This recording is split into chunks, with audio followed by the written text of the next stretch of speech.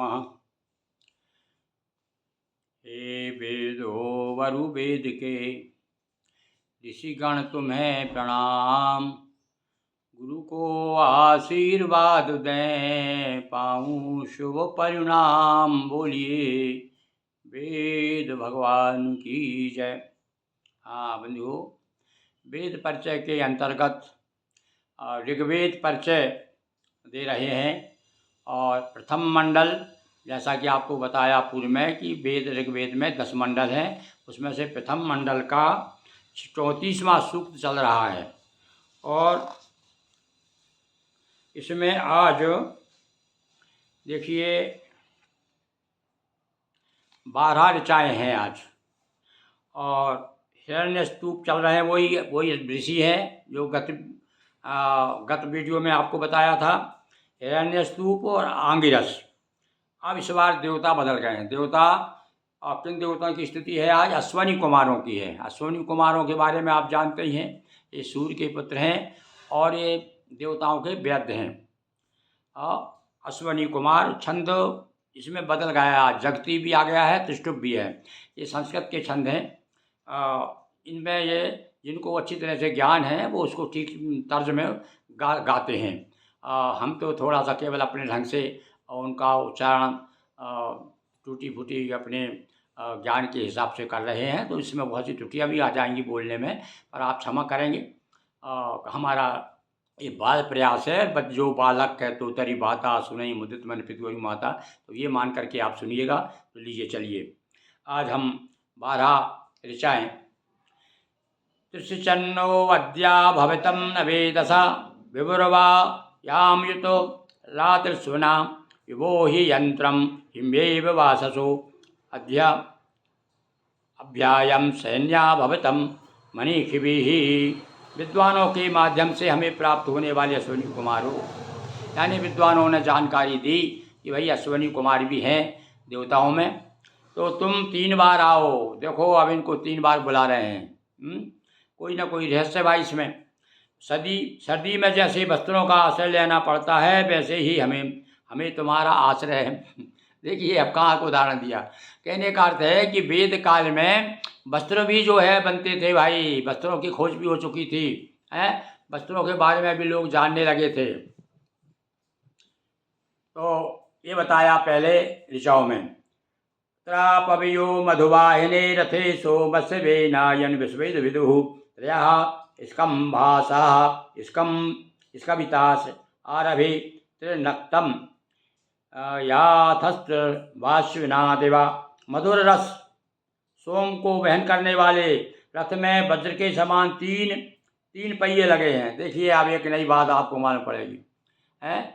वर्तमान में तो भैया 4 पहिया या 2 पहिए वाले हैं, 3 पहिए वाले भी हैं विकलांगों के लिए। तो देखिए उस समय भी बताया है, उल्लेख आ रहा है हमारे वेदों में कि 3 पहिए के रथ हुआ करते थे। देखिए आप, इसके प्रति तुम्हारी तीव्र उत्कंठा को सभी मनुष्य जानते हैं। उस रथ में सहारे के लिए 3 खंभे लगे हैं। अश्विनी कुमारो, तुम इस रथ में रात और दिन 3 बार गमन करते हो। अश्विनी कुमारों का भ्रमण बता दिया है यहाँ पर है। समाने यहन निरवध्य गोहिना त्रिरद्या यज्ञम मधुना मुक्षतम्मा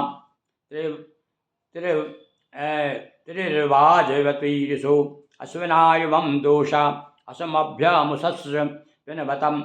पाप रूपी दोषों को ढांपने वाले हे अश्विनी कुमारो, हमारे यज्ञ में दिन में 3 बार मधुर रसों से सिंचन करने वाले तुम 3 प्रकार के अन्न हमें प्रदान करो। देखो भैया ये 3 का महिमा, 3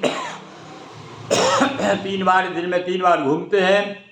3 इनके पहिए में रथ में पहिए हैं और 3 बार मधुर रसों से सिंचन करने वाले 3 बार सिंचन करते हो। और पापी रूपी दोष यानी क्या है? जो पाप रूपी दोष क्या होते हैं हमारे यहाँ भैया? पापी रूपी दोष जो है वो रोग हैं। कहने का अर्थ है कि रोगों को तुम दूर करने वाले हो। 3 प्रकार के अन्न प्रदान करो। अब ये इसमें भैया उल्लेख नहीं किया है 3 प्रकार के कौन कौन से अन्न। तरवर्तियातम त्रिनिवृते जने ही सुप्राप्य त्रिधेव शिक्षितम त्रिनद्याम वह तव सुनाम एवं त्रिप्रक्षो अस्मे अक्षरेव पर्यन विभन विनभतम हमारे घर में 3 बार आगमन करने वाले अश्विनी कुमारों 3 बार आगमन करते हैं भाई, सुबह दोपहर शाम में, या संध्या कहा जाता है, संध्या 3 बार संध्या की जाती है दिन में। तो समय से उस समय भी यह 3 बार आगमन करते हैं। और अनुयायी जनों को तुम 3 बार सुरक्षित करो और 3 बार विशेष ज्ञान की प्राप्ति कराओ। हमें जो 3 बार सुखप्रद पदार्थ 3 बार अन्य 3 का भी बड़ा महत्व से सिद्ध हो जाता है। हमारे यहाँ त्रिदलम त्रिगुणाकारम त्रिनेत्रम त्रिआयुधम। देखो पौराणिक कवि ने किस प्रकार से 3 की महिमा गाई है कि जो 3 पत्ती वाला बिलपत्र होता है तो उसको किस प्रकार से 3 से लेकर के कहा है, त्रिदलम त्रिगुणाकारम त्रिनेत्रम त्रिआयुधम त्रिजन पापसारम बिलपत्रम शिव अर्पणम। तो ऐसे ही ये देखो आप ये ऋचा देखिए आप,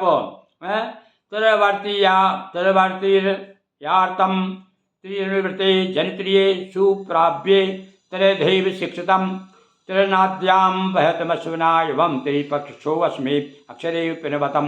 हमारे घर में 3 बार आगमन करो और 3 बार हमें सुरक्षित करो, 3 बार विशेष ज्ञान दो और 3 बार हमें अन्नादि प्रदान करो। त्रिनोरय्यम बहतमश्विना एवं त्रिदेवताम त्रिवृतावताम धिया त्रिशोभगत्वम त्रिशत सर्वांशी नष्टम वासुरे दुहिता रुद्गतम। देखिए अब 3 की महिमा फिर से आगे देखिए। अश्वनी कुमारो हमें 3 बार धन दो, हमारी बुद्धि को 3 बार देवताओं की उपासना में लगाओ, 3 बार सौभाग्य को 3 बार यश दो। तुम्हारे रथ में सूर्य की पुत्री उषा विराजमान है। देखिए उषा भी बैठी हुई है रथ में, मतलब ये प्रातःकाल के समय का वर्णन है, प्रातःकाल प्रार्थना की जा रही है भैया। त्रिनो अश्विना दिव्यानि भेषजा त्रि पार्थिवान त्रिदत्तमभ्याम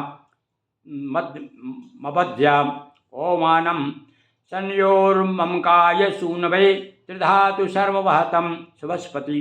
हे अश्वनी कुमारो तुमने हमें दिव्य औषधियाँ, वो देखिए आ गया ना वैद्य की बात, भैया वैद्य है ये तो तुमने हमें दिव्य औषधियाँ पार्थिव औषधियाँ, दो प्रकार की औषधियाँ होती है, दिव्य होती है पार्थिव होती है, यानी जो कि भौतिक इधर और उधर मतलब जो स्वर्ग में होती है वो भी, और जल औषधियाँ 3 बार दी हैं।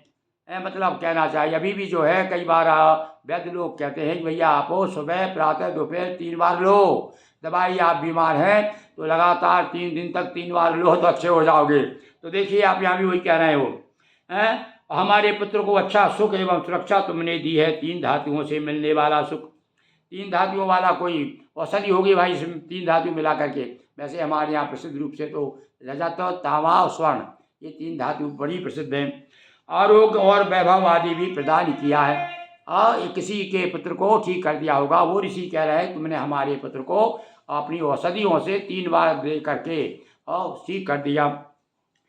त्रिनो अश्विना यजता दिवे दिवे परित्रिधातु पृथ्वीं शायतम तिस्रो न सत्यारथ्या परावत आत्मेव वातः स्वसराणि गच्छतम। हे अश्वनी कुमारो तुम प्रतिदिन 3 बार पूजने योग्य हो, 3 बार यानी वही सुबह दोपहर शाम। भूमि पर स्थापित वेदी के 3 ओर आसनों पर स्थित सप्तरथ पर आरूढ़ हे देवताओं, शरीरों को प्राप्त आत्माओं के समान हमारे यज्ञ में 3 बार आगमन करो। देखो अब देखो भैया उदाहरण कौन सा दिया, जिस प्रकार से आत्मा शरीर को प्राप्त करती है। अब ये शरीर को प्राप्त किया ना आत्मा ने, आत्मा कहीं से आई और शरीर में प्रविष्ट हो गई, और जब ये निकल जाएगी तो ये शरीर कोई काम का नहीं रहेगा। शरीर को जागृत करना चेतन करना आत्मा का काम है। तो वो उदाहरण यहाँ दे रहे हैं, किस प्रकार आत्मा शरीर में आती है उसी प्रकार तुम हमारे यहाँ आगमन करो, और जिस प्रकार शरीर चेतन हो जाता है ना उसी प्रकार हम चेतन हो जाएंगे। त्रिशुना सिंधु भी सप्तमातृभिषत्र आहा वास्तेवाविष्कृतम तिस्रा पृथ्वी रूपरी प्रवादिवो नाकम रक्षेते दुर्भिरक्तुभिर्वेदम। हे अश्वनी कुमारो हमने 3 पात्रों को 3 बार सप्त मातृभृत नदियों के जल से भर दिया है। सप्त मातृभूत यानी 7 नदियों का उल्लेख किया गया कि 7 नदियों का जल।